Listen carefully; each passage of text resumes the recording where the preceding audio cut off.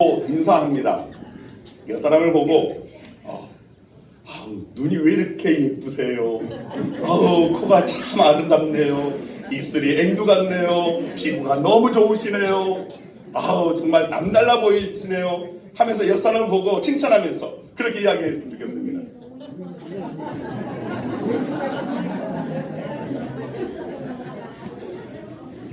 제가 보니까 우리 정진환 사님이 안고사님한테 앵두 같으십니다.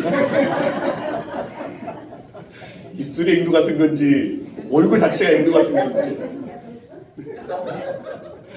자, 여러분들이 항상 우리는 옆 사람의 얼굴을 바라보면서 또 상대의 얼굴을 바라보면서 항상 좋은 부분, 칭찬할 만한 것들을 이야기해야지. 당신 눈은 꽉 찢어져가지고 그게 뭐냐? 코는 문드러져갖고 그게 무엇이냐고? 입은 왜 이렇게 삐뚤어졌냐고? 그렇게 이야기해서는 안 됩니다. 항상 우리는 상대의 장점을 이야기하고 긍정적인 부분을 이야기하고 칭찬하고 나아갈 때에 그때 비로소 우리 안에 서로 간에 기쁨이 넘치고 사랑이 충만할 줄 믿습니다. 자, 옆 사람 다시 한번 인사합니다. 참 아름다우십니다. 참 멋지십니다. 네, 맞습니다. 우리가 서로 간에 인사할 때에 또 이런 기쁨이 넘쳐나야 할 줄 믿습니다. 지난주와 같은 본문의 말씀입니다. 같은 본문 말씀을 가지고 또 함께 은혜를 나누기 원하는데, 예수님께서 한 율법사의 질문, 결국 순수한 질문이 아니었습니다. 시험하고자 하는 질문이었습니다. 어느 계명이 큽니까? 라는 이 질문에 예수님께서 아주 속 시원한 답을 주셨습니다. 한마디로 말하면 이 모든 계명은 두 가지로 정리할 수 있다는 것입니다. 하나님을 사랑하는 것과 이웃을 사랑하는 것이다. 자, 그러니까 예수님께서는 그 많은 계명의 핵심을 알려주신 것입니다. 당시 유대인의 613가지의 그 많은 계명들, 그것을 하나하나 다 지켜나갈 수는 없는데, 그래서 그 모든 계명 가운데 반드시 지켜야 할 그것은 무엇입니까? 라는 그런 질문이었던 겁니다. 그런데 613가지의 이 계명들을 예수님께서는 그저 핵심, 계명의 그 핵심을 말씀하고 있는 겁니다. 하나님을 사랑하고 이웃을 사랑하는 것이다. 어떤 분 이야기를 들었습니다. 예전에 한번 제가 한번 말씀드렸던 것 같은데, 미국에 유학 간 딸이 엄마에게 전화를 걸었습니다. 미국에는 멸치가 없어서 멸치볶음도 만들어서 먹고 싶고 그러는데 멸치가 없어서 그러니까 좀 멸치 좀 보내달라고 그렇게 이야기를 했습니다. 그래서 이 어머니가 시장에 가서 좋은 멸치를 사다가 다 손질까지 다 해서 보내려고 멸치 대가리하고 똥을 발라내고 잘 포장해서 소포를 붙였습니다. 그런데 얼마 후에 딸에게 전화가 왔습니다. 엄마, 왜 멸치 대가리하고 똥만 보냈어요? 가만히 생각해 보니까 멸치를 잘 다듬어서 멸치 몸통을 쓰레기통에, 그리고 대가리와 똥만 보낸 겁니다. 집에 있는 자천지. 때때로 우리가 실수를 하기도 합니다. 맞습니다. 우리가 인생을 살면서 동일한 이런 실수를 할 때가 있습니다. 멸치 몸통을 버리고 대가리와 똥만 붙잡고 살 때가 있다는 겁니다. 중요한 핵심 가치, 본질은 내다 던져버리고 덜 중요한 주변적인 가치, 비본질적인 것만 붙잡고 살 때가 있다는 겁니다. 정말 중요한 핵심 가치는 이것이 정말 중요한 건데 이것을 도외시해버리고 그저 주변 것들만 붙잡고 아웅다웅하는 그 모습. 여러분, 인생의 궁극적인 목적은 뒤로 하고 단기적인 그 목적에만 사로잡혀 살아서는 안 됩니다. 그저 눈앞에 이익만 생기다가 저 멀리 내가 반드시 가야 할 곳, 이루어야 할 곳, 거기에서부터 멀어져서는 안 된다는 겁니다. 여러분, 신랑 신부가 결혼을 하려고 할 때 유명한 호텔에서 결혼식을 하느냐, 아니면 정말 소박한 예식장에서 결혼식을 치르느냐라는, 이것은 사실 핵심이 아닙니다. 신혼여행을 외국 여행으로 가느냐, 아니면 좀 알려지지 않는, 남들이 알아주지 않는 곳으로, 동남아 어떤 작은 곳으로 가느냐, 아니면 국내 여행으로 해서 가느냐, 사실 이것 또한 핵심이 아닙니다. 결혼 반지를 다이아몬드로 하느냐 금반지로 하느냐 이것 또한 핵심이 아닙니다. 핵심은 두 사람이 사랑하는 것이고 두 사람이 진심으로 하나가 되는 것입니다. 그런데 실제로 결혼을 준비하는 신랑 신부들과 양가 사람들은 핵심은 뒷전이고 주변의 일들만 관심에 갔습니다. 그러다가 다투기도 하고 그러다가 파혼을 하기도 합니다. 예전에 서울에서 사역했을 때 보통 교회 주보를 금요일에 이렇게 주보사에 맡깁니다. 직접 할 수가 없는 대량으로 하다 보니까 그래서 주보사에 금요일 날 오후에 이제 그 내용을 보내어서 금요일 이제 저녁 늦게 금요일 오전에 보내고 늦게 받습니다. 약 2,500부의 그 주보를 받았습니다. 그런데 그 다음 날 어느 권사님이 전화가 온 겁니다. 주보에 광고가 있는데 자기 아들 결혼 광고입니다. 그런데 이 결혼이 취소가 됐으니까 그 광고에서 좀 빼달라는 겁니다. 이미 주보 2,500부가 딱 만들어져서 교회 사무실에 딱 두고 있었는데 그런데 그걸 어쩔 수 없이 폐기했습니다. 그리고 토요일 오전에 연락을 받았으니까 급하게 주보사에 연락을 했습니다. 주보사에 연락을 해서 또 교정을 해가지고 이 토요일 날 그 저녁 늦게 다시금 2,500부의 그 주보를 받을 수 있었습니다. 나중에 알고 보니까 왜 결혼이 틀어졌느냐. 자, 그것은 신부는 유럽으로 신혼여행을 한 2주 정도 가기를 바랬고 신랑은 직장에 어떤 일들이 있기 때문에 도저히 그렇게 시간을 낼 수가 없으니까 한 4박 5일 정도만 어디 가까운 동남아에 가서 우리 그런 신혼여행을 가자. 유럽 여행은 나중에 가도 되지 않겠느냐 이렇게 말을 했습니다. 그런데 그것이 서로 다툼이 생기고 틀어져서 그래 결혼 그만둬 해가지고 결혼식을 일주일 남겨놓고 취소가 된 겁니다. 그리고 그것으로 헤어졌습니다. 나중에 알고 보니까 정말 중요한 것이 무엇인가? 그 중요한 것은 다 집어버리고 정말 사소한 것 이걸 가지고 그 중요한 것 또한 가문과 가문 한 사람과 한 사람의 서로 그 결합하는 것 너무나 중대사한 일을 정말 사소한 것으로 다 유야무야 되어 만드는 것 이것을 보았을 때 정말 우리 인생 가운데 무엇이 본질이고 무엇이 핵심이냐 이것을 분별하는 것이 매우 중요하다고 생각이 됐습니다. 여러분 우리는 우리의 인생을 살아갈 때도 마찬가지입니다. 정말 중요한 본질 또는 핵심을 놓치지 말아야 됩니다. 정말 중요한 것 반드시 지켜가야 하는 것 이런 것들을 놓치지 말아야 한다는 것입니다. 예수님은 계명 중에 가장 큰 계명이 무엇이냐는 묻는 이 율법사에게 첫 번째로 신앙의 핵심을 말씀하십니다. 그런데 이 말씀에 신명기 6장 4절 이하에 소위 쉐마라는 그 말씀을 인용하셨습니다. 자, 신명기 6장 4절 5절 말씀 함께 읽습니다. 이스라엘아 들으라 우리 하나님 여호와는 오직 유일한 여호와이시니 너는 마음을 다하고 뜻을 다하고 힘을 다하여 네 하나님 여호와를 사랑하라. 이스라엘 백성들이라면 모두가 다 암송하고 잘 알고 있는 그런 말씀입니다. 그런데 유독 예수님께서 이 말씀을 통해 강조하시는 것이 무엇이냐? 바로 다하고입니다. 다하고 다하고 다하여. 그러니까 하나님을 사랑하되 마음을 다해서 사랑했느냐고 물으시는 겁니다. 하나님을 사랑하되 뜻을 다했느냐고 묻는 것입니다. 하나님을 사랑하되 힘을 다해서 사랑했느냐라고 묻는 것입니다. 이스라엘 백성들은 저마다 나름대로 하나님을 사랑한다고 했습니다. 하나님을 믿는다고 했습니다. 그리고 하나님을 사랑하시고 자기 자신들은 하나님의 택한 백성이라고 이야기를 했습니다. 그런데 그 많은 계명을 지키다 보니까 하나님을 사랑하는 것이 점점 형식화 되어져 버리고 습관화되어 버립니다. 그러다 보니까 하나님을 사랑하되 마음을 다하지 못했습니다. 뜻을 다하지 못했습니다. 힘을 다하지 못했습니다. 맞습니다. 이것은 오늘 우리도 마찬가지라는 겁니다.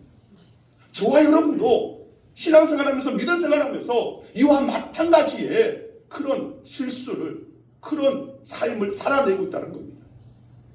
우리가 주님을 사랑한다고는 하지만 다 하고 살아가는가? 정말 하나님을 사랑하는데 다 하여 살아가는가? 이것을 생각해 볼 수 있다는 겁니다. 이것저것 신경 쓰고 이런저런 일에 분주하다가 정작 하나님께 쏟는 마음이 부족하기 쉽다는 겁니다. 또 그렇게 살다 보니까 그래도 되는 줄 알고 형식적인 신앙, 습관적인 신앙, 알맹이 없는 껍데기 신앙의 삶을 살았던 겁니다. 이제는 아주 오래된 드라마인 것 같습니다. 시크릿 가든이라는 드라마, 그 주인공 현빈, 제가 봐도 정말 잘생겼습니다. 그런데 그 현빈이 한 대사가 이게 최선입니까? 확실합니까? 기억나시는지 모르겠습니다. 또 뭐 유행어로 나왔던 게 장인이, 이태리 장인이 한 땀 한 땀에 해서 만들어 오시라. 자, 그런 유행어가 있었는데 저는 이 말이 정말, 이 대사가 마음에 좀 와닿았습니다. 이게 최선입니까? 확실합니까? 우리도 스스로에게 물을 수 있어야 됩니다. 하나님을 사랑한다고 하는데 그것이 최선입니까? 우리가 하나님께 예배드린다고 하는데 여러분들이 예배드리는 모습이 또 그 자세가 과연 최선입니까? 정말 하나님을 사랑하여 또한 찬양한다고 하는데 여러분 찬양 드림이 그 모습이 정말 최선입니까? 하나님을 사랑한다고 헌금하고 봉사하고 충성하는데 과연 그것이 최선입니까? 확실합니까? 얼마 지나지 않은 지금 작년이라고 하니까 좀 멀리 느껴지는데 2024년 12월 29일 미국의 39대 대통령이었던 지미 카터 전 대통령이 100세의 나이로 하나님의 부르심을 받았습니다. 이분은 평소 아주 독실한 기독교 신자입니다. 그리고 이분은 대통령의 자리에 있을 때보다 대통령에서 자리에서 이제 물러난 퇴임 이후에 더 많은 사람들에게 칭찬과 명성을 얻은 인물로 유명합니다. 이분은 자, 그 어떤 상황에서도 자기가 섬겼던 그 주일학교 그 교사의 그 직분을 그 무엇보다도 귀하게 여겼습니다. 자, 이분은 대통령 자리에서 물러난 이후에 어떤 일을 했냐면 가난한 자, 소외된 자의 그 집을 지어주는 헤비다트 사역에 전념했습니다. 그리고 전 세계 평화에 기여하고 또 특별히 한반도의 평화를 위해서 저 북한과 대화에 앞장섰던 분입니다. 지난주 목요일에 워싱턴에서 이분의 미 국가 장례식이 치러졌습니다. 국가장으로 이제 치러졌는데 이 장례식에는 조지 W. 부시 전 대통령, 빌 클린턴 전 대통령, 버락 오바마 전 대통령, 조 바이든 대통령, 트럼프 대통령 당선인이 함께 자리했습니다. 그런데 여기에 아주 특별한 장면이 목격됐습니다. 트럼프 대통령 당선인과 오바마 전 대통령이 나란히 앉아서 대화를 나누는 모습이었습니다. 사실 이 둘은 아주 정말 극과 극입니다. 또 대통령 선거 그 이전에도 서로 대립각을 이루고 있었습니다. 또 그 모든 그 과정 가운데서 이 미국의 극도로 분열된 미국 정치에서 이 모습은 아주 이례적인 합의 모습이라고 언론이 떠들썩했습니다. 부러웠습니다. 우리나라는 언제쯤 저런 모습이 나올까? 언제쯤이나 저런 모습으로 한 자리에 살까? 그런데 이 일을 가능케 한 것이 바로 지미 카터 전 대통령이었다는 겁니다. 죽고 난 후에도 합의 자리를 주선한 것입니다. 예전에 제가 말씀드린 적이 있는데 기억나시는지 모르겠습니다. 지미 카터 대통령의 자서전에 나오는 이 제목입니다. 책 제목이 Why Not the Best? 왜 최선을 다하지 않았는가? 자, 이 제목을 붙이게 된 일화가 있습니다. 지미 카터 대통령이 전에, 이게 청년 시절입니다. 해군사관학교를 나왔는데 해군사관학교를 졸업하고 임관을 받기 전에 당시 해군 제독이었던 사령관이었던 리버버 제독과의 면담이 있었습니다. 각 임관함 해군 장교인 카터에게 여러 가지 아주 날카로운 질문들을 던졌습니다. 그리고 거기에 카터는 아주 쩔쩔매면서 답을 했습니다. 자, 그러던 중에 이 리버버 제독이 마지막 질문을 던졌습니다. 자네는 해군사관학교에서 몇 등이나 했는가? 카터는 자신 있게 당시 820명 중에 59등을 했으니까 야, 그래도 나름대로 잘한 거 아니야? 또 뭐 상위에 또 있는 건 아니야? 나름대로 이 말을 하면 칭찬할 줄 알았습니다. 네, 정말 자신 있게 820명 중에 59등 했습니다. 그런데 잘했다라는 칭찬이 들어오는 것이 아니라 리버버 제독이 이렇게 묻습니다. 자네는 최선을 다했는가? 카터가 바로 네라고 대답을 했는데, 네라고 대답하는 이후에 종종 이렇게 잠잠히 생각해 보니까 과연 내가 그때 공부했던 것이 최선이었을까? 정말 내가 최선을 다한 그 결과였을까? 내가 좀 더 잘했으면 30등, 20등, 아니 정말 열심을 다했으면 1등도 했었을 터인데 과연 내가 그 당시에 최선을 다한 것일까? 의문이 들었습니다. 그리고 그 대답을 정정했습니다. 아닙니다. 생각해 보니까 항상 최선을 다하지는 못했습니다. 이때 리버버 제독이 커트를 잠시 바라보더니 마지막 한마디를 던졌습니다. 그 말이 지미 카터 대통령에게 평생 잊지 못할 말이 됐던 겁니다. Why not the best? 왜 최선을 다하지 않았는가? 이 질문에 더 이상 답을 할 수가 없었습니다. 그리고 그날 밤 잠자리에서 이런 생각이 들었답니다. 내 인생 끝나는 날 내가 주님 앞에 설 텐데 그때 그 리버버 제독의 그 질문처럼 예수님께서도 내게 묻지 않으실까? 너는 최선을 다했느냐? 너는 정말 이 땅에 살아갈 때 정말 너는 최선을 다한 그 결과냐? 최선도 다하지 않고 내게 이것 달라고 저거 해달라고 너는 아무것도 하지 않고 한 것 아니냐? 너는 최선을 다했느냐는 그 질문 앞에 만약 그때 머뭇거리면서 주님께서 왜 최선을 다하지 않느냐고 책망하지는 않으실까? 머뭇거리는 나의 모습을 향하여서 예수님의 그 책망이 들려오지 않을까? 그래서 카터는 그 후로 이 말을 인생의 좌우명으로 삼고 살았다는 거예요. 지금 예수님께서 신앙생활의 핵심 가운데 하나로 우리에게 말씀하는 것이 바로 이것입니다. 하나님을 사랑하되 최선을 다해서 사랑하라는 것입니다.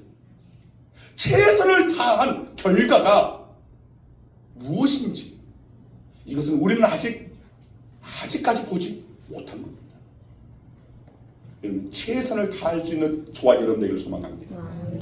예수님께서 말씀하신 두 번째 신앙의 핵심은 내 이웃을 내 자신과 같이 사랑하라 했습니다.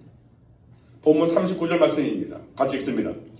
둘째도 그와 같으니 내 이웃을 내 자신같이 사랑하라 하셨으니.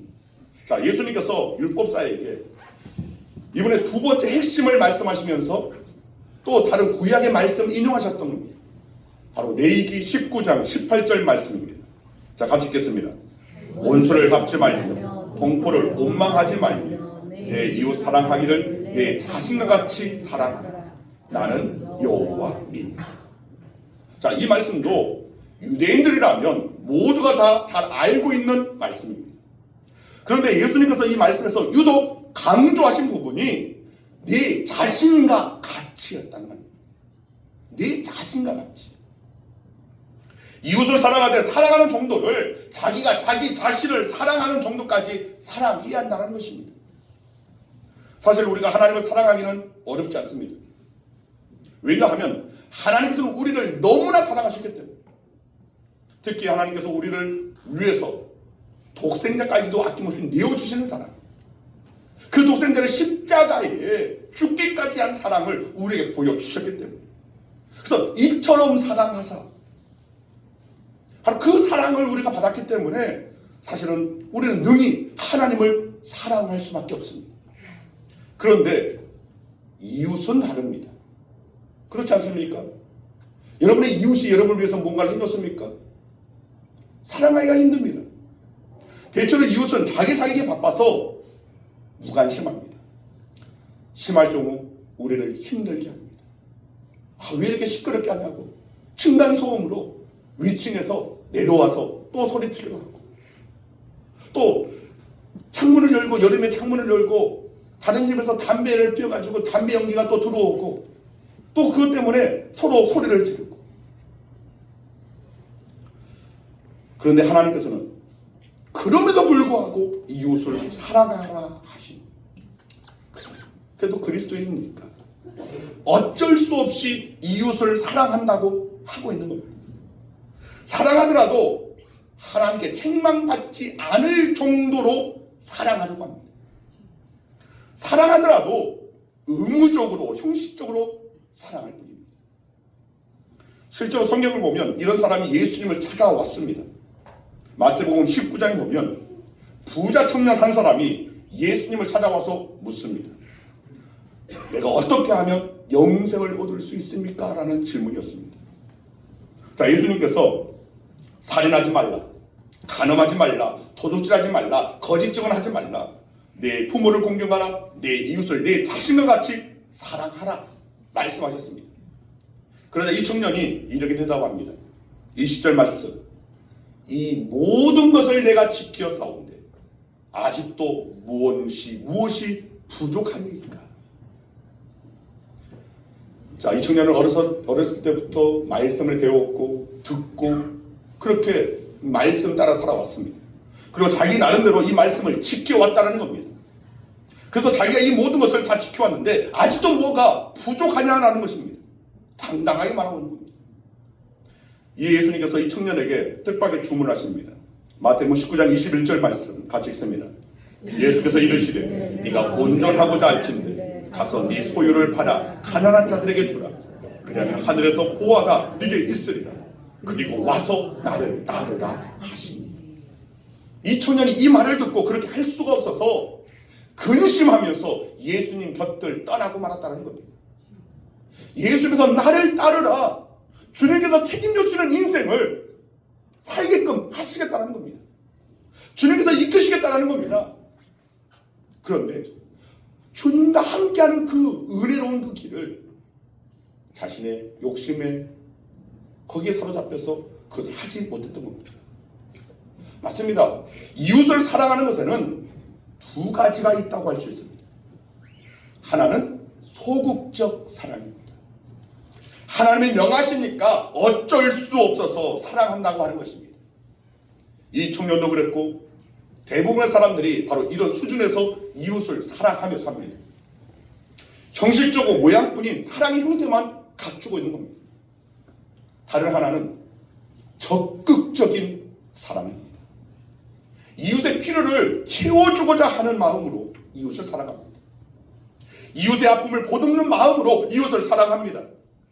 그러기 위해서 자기 시간을 냅니다. 자기 지갑도 엽니다. 헌신합니다. 이웃을 자신과 같이 살아가는 말씀이 바로 이것을 말하는 겁니다. 지금 예수님께서 우리의 신앙생활의 핵심 가운데 다른 하나로 말씀하신 것이 바로 이겁니다. 이웃을 사랑하되 적극적으로 사랑하라는 것입니다. 여러분, 우리는 그리스도인으로서 이 세상을 살아가고 있습니다. 우리가 그리스도인으로서 해야 할 일도 많고 해서는 안 될 일도 많습니다. 하나님의 말씀에는 하라는 말씀도 있고 하지 말라는 말씀도 있습니다. 아니, 어떻게 보면 하라는 말씀보다 하지 말라는 말씀이 더 많습니다. 그런데 우리가 잊지 말아야 할 것이 있습니다. 그 모든 말씀 가운데 바로 핵심, 신앙의 핵심입니다. 바로 이것을 우리는 마음속에 깊이 새길 수 있어야 됩니다. 그리고 그 무엇보다도 우선적으로 지켜가야 합니다. 하나님을 사랑하되 최선을 다해 사랑하는 것이고, 또 다른 하나는 이웃을 사랑하되 적극적으로 사랑하라는 것입니다. 최선을 다해. 때때로 여러분들이 우리 목장별로 한 주씩 교회 청소를 합니다. 그런데 어느 목장은 뭐 아주 연세 드신 우리 권사님들이 땀을 뻘뻘 흘리면서 청소하시는 모습. 제가 그 모습을 봤을 때, 권사님, 이번 주는 좀 덜 해도 되니까 그냥 대충 쓸고 마세요. 그래도 열심으로 합니다. 그것이 너무나 귀하게 보였습니다.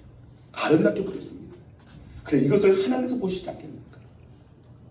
그런데 우리가 거기에 대해서 또 이런 자수를 할 수 있습니다. 아유, 내가 나이가 많이 들어서, 내가 허리가 안 좋아서, 내가 무릎이 아파서. 그런데 얼마 전에 우리 저희 장모님이 이런 말씀하셨습니다. 저희 이제 장희 장모님이 연세가 많이 드셨는데, 그 마을에, 고흥이라는 그 마을에, 사실 고흥이라는 곳이 인구가 굉장히 많이 줄어들고 있는 상황입니다. 그런데 그 사시는 그 마을이 굉장히 좀 나름대로 예쁘게 보여서 타지에 있는 분들이 이렇게 다시금 돌아오는 그런 경우가 좀 있습니다. 그래서 장모님 하시는 말씀이 요즘 동네 젊은 사람들이 많이 들어왔다고. 젊은 사람이 많이 들어왔다고.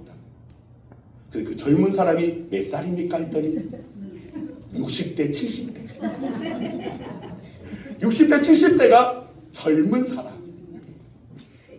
그리고 70 몇 세 되시는 분이 청년회장을 맡고 있는 청년회장입니다.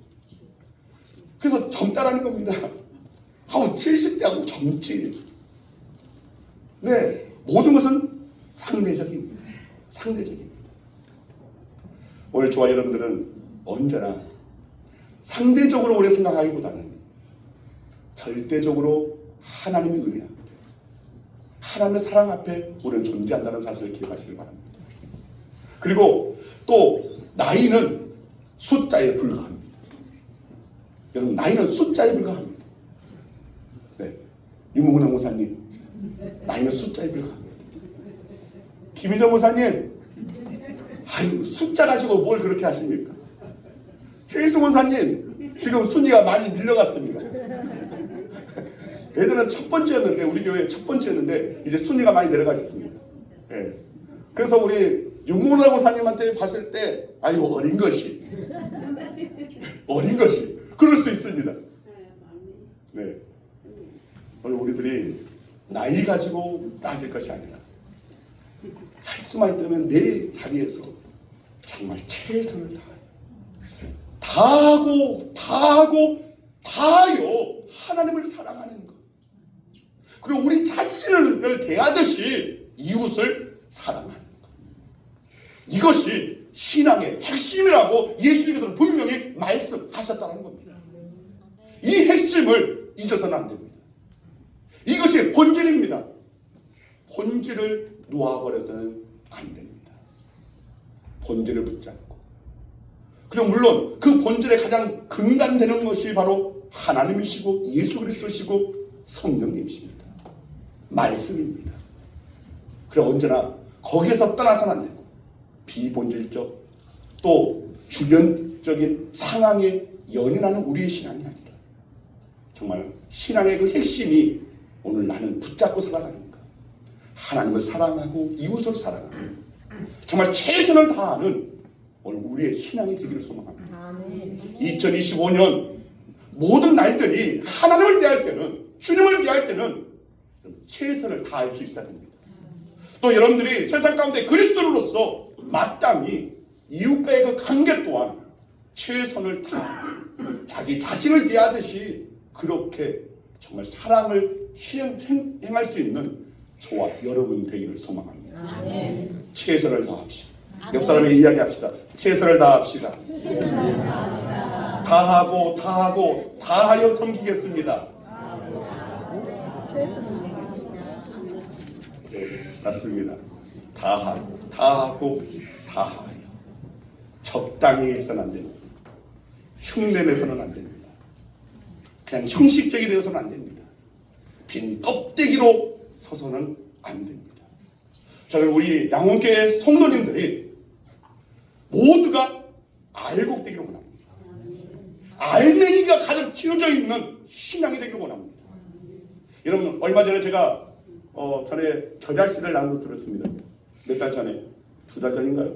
겨자씨 나누고 들었는데 어떤 분들은 겨자씨를 해가지고 자랐답니다. 네.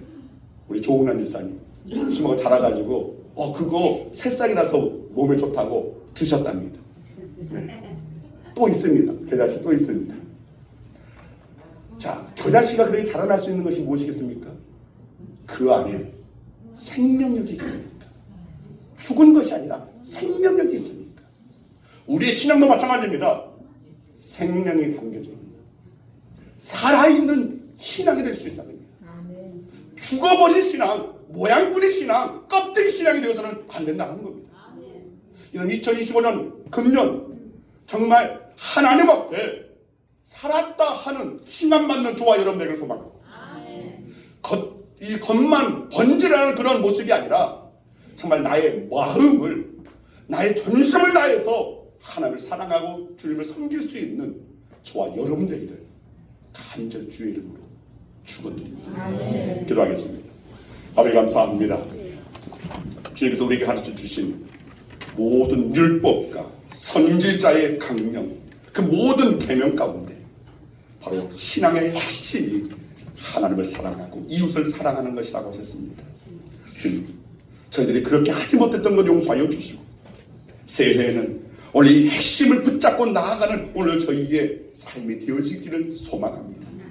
또한 이것을 행할 때에 겉으로 그냥 형식적으로 하는 것이 아니라 진심으로 전심으로 다하고 다하고 다하여 정말 하나님을 사랑하고 이웃을 사랑하는 오늘 실천하는 우리의 신앙이 되기를 소망합니다. 죽은 신앙이 아닌 살아있는 신앙으로 주님 앞에 설 수 있는 우리 양원교회 모든 성도들 되게 하여 주시옵소서. 감사드리오며 예수 그리스도의 이름으로